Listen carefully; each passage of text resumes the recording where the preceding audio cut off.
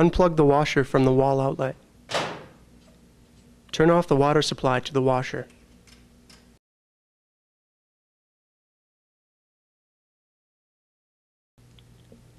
Disconnect the ground wire from the outer tub front panel. If the washer has the boosted hot option, disconnect the wire harness from the heating element. Mark the clamp ring and outer tub front panel for reinstallation.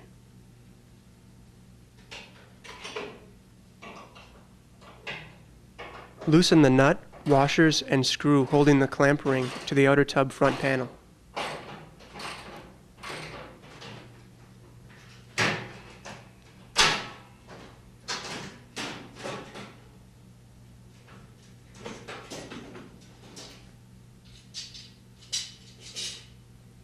Remove the rubber seal from the outer tub front panel.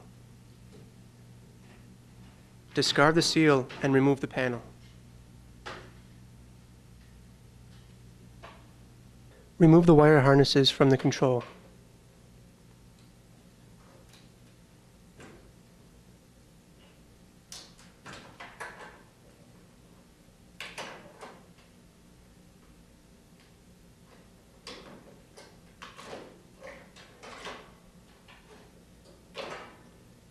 Remove the ground wires from the panel.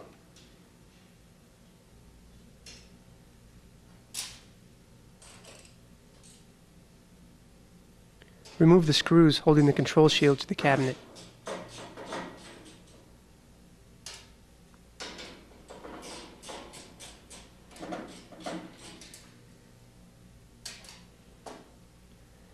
Slide the control shield over the tub to access the pulley.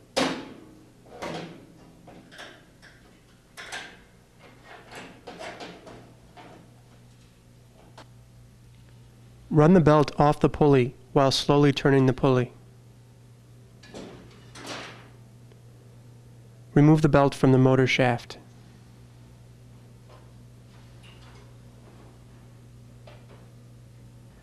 Remove the left-hand thread cap screw, lock washer, and flat washer holding the pulley to the inner basket shaft.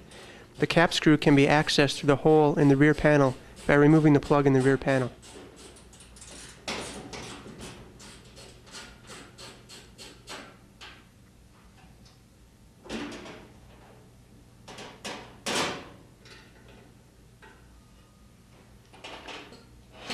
Remove the pulley from the shaft.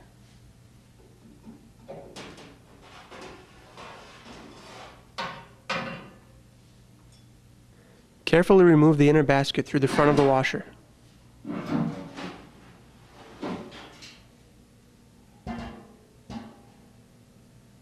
Before removing the bearing housing, note the position of the pressure hose, hose clips, mounting plates, and housing drain hole so the parts can be reinstalled in the same position. Remove the 3 screws holding the bearing housing arms to the outer tub.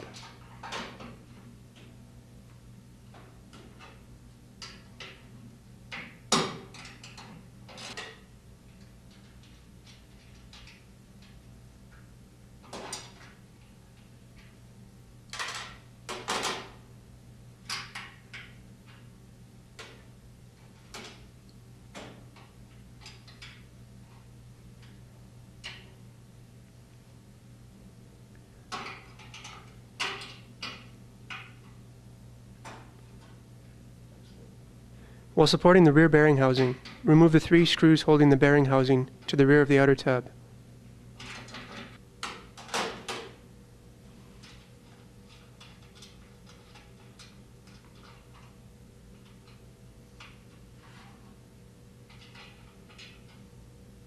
Remove the bearing housing.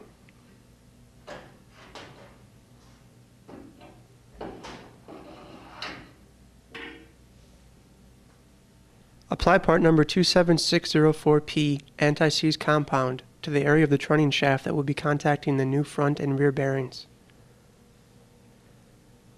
Apply a film of grease to the area of the shaft that will be contacting the bearing housing seal. Pack the new bearing housing seal with grease in all grooves. Use a thread tap to clean the old Loctite out of the pulley screw receiving hole before installing a new cap screw. This ensures that the inner basket and pulley properly seat. Place the new bearing housing onto the rear of the outer tub. Make sure the drain hole is facing down.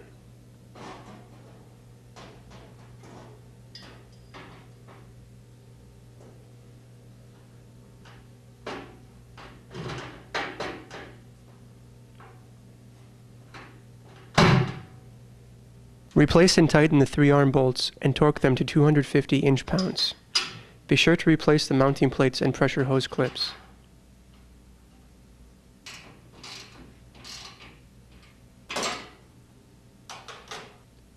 Replace and tighten the 3 inner bolts and torque them to 150 inch-pounds.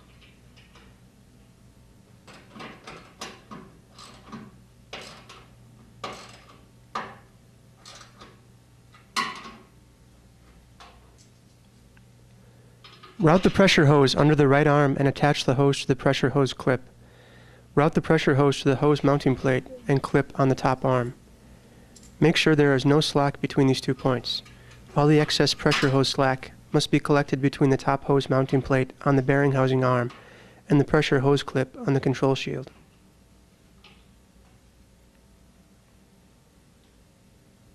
Install the inner basket assembly by pushing it all the way into the outer tub.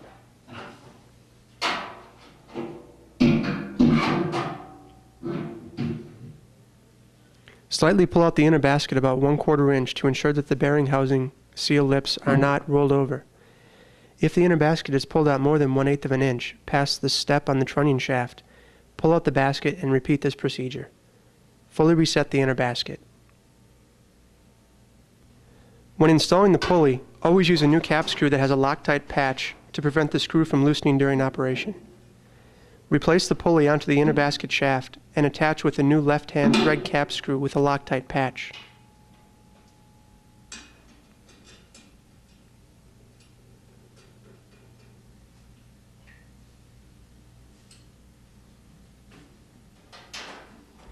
Torque the new cap screw 240 minimum to 260 maximum inch-pounds. Be careful not to push the trunnion shaft forward while tightening the screw. Place the belt on the motor pulley. Run the belt onto the pulley. Rotate the pulley until the belt is properly centered. Adjust the belt tension if required. Working through the lower front of the washer, place a locking pliers on the metal rod of the motor assembly and loosen the 2 adjusting bolts and the 2 pivot bolts. Pull down on the motor to increase the belt tension. Use a Burroughs belt gauge to obtain proper tension. Proper belt tension is obtained when the belt can be deflected approximately 1/4 inch from the normal position when moderate pressure, 50 to 60 pounds, is applied to a point midway between the motor and the inner basket pulleys. After proper belt tension has been obtained, tighten the belt adjusting bolts firmly. Then tighten the pivot bolts. Reinstall the outer tub front panel, clamp ring, and new seal. Always use a new seal. Spray or apply a mixture of diluted dish soap to assist in the installation of the new seal. The puffy side of the seal should be installed to the inside. Install the tub front panel with the dimple at the 12 o'clock position. When reinstalling the tub front, make sure that the inside opening on the tub front is evenly centered with the opening on the inner basket. Install the clamp ring screw with the threads and nut facing downward. Always use a new nut. Install the metal clamp ring by placing the clamp ring opening at approximately the 10 o'clock position to ensure no interference is encountered with the side panel or the underside of the control cabinet or cabinet top.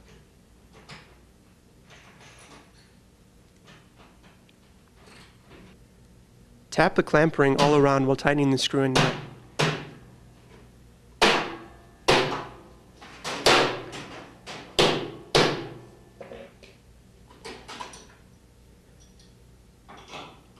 Tighten the screw and nut until a spacing of 1 inch is achieved at the clamp ring opening.